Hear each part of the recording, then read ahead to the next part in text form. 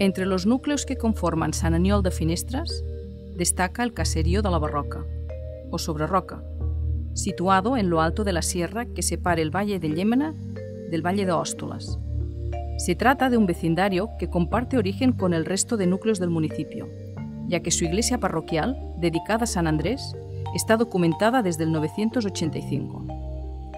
Muchos siglos después, en el 1603, el núcleo vuelve a aparecer, pero en este caso es citado como Sabarroca, en un privilegio de Berenguer d'Om, barón de Santa Pau, que fue concedido a sus habitantes. Al igual que en la Serra de Finestres, aquí también había un castillo, del que actualmente solo quedan algunas ruinas. En cambio, sí se conserva la iglesia parroquial de San Andrés, que se construyó en el siglo XVII.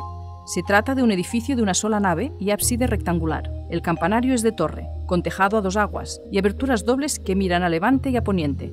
Esta iglesia fue construida con piedra pequeña del país y entre los siglos XVIII y XIX se realizaron diversas reformas. De la iglesia parroquial depende el santuario de Helena o de Helena, que está situado en la ladera del monte de Helena, en la parte más meridional del término, ya a la derecha del arroyo del Llémena. Es un edificio románico que ha sido bastante modificado, de una nave y un solo ábside, con campanario de pared y un porche frente a la puerta que hay en la fachada de poniente.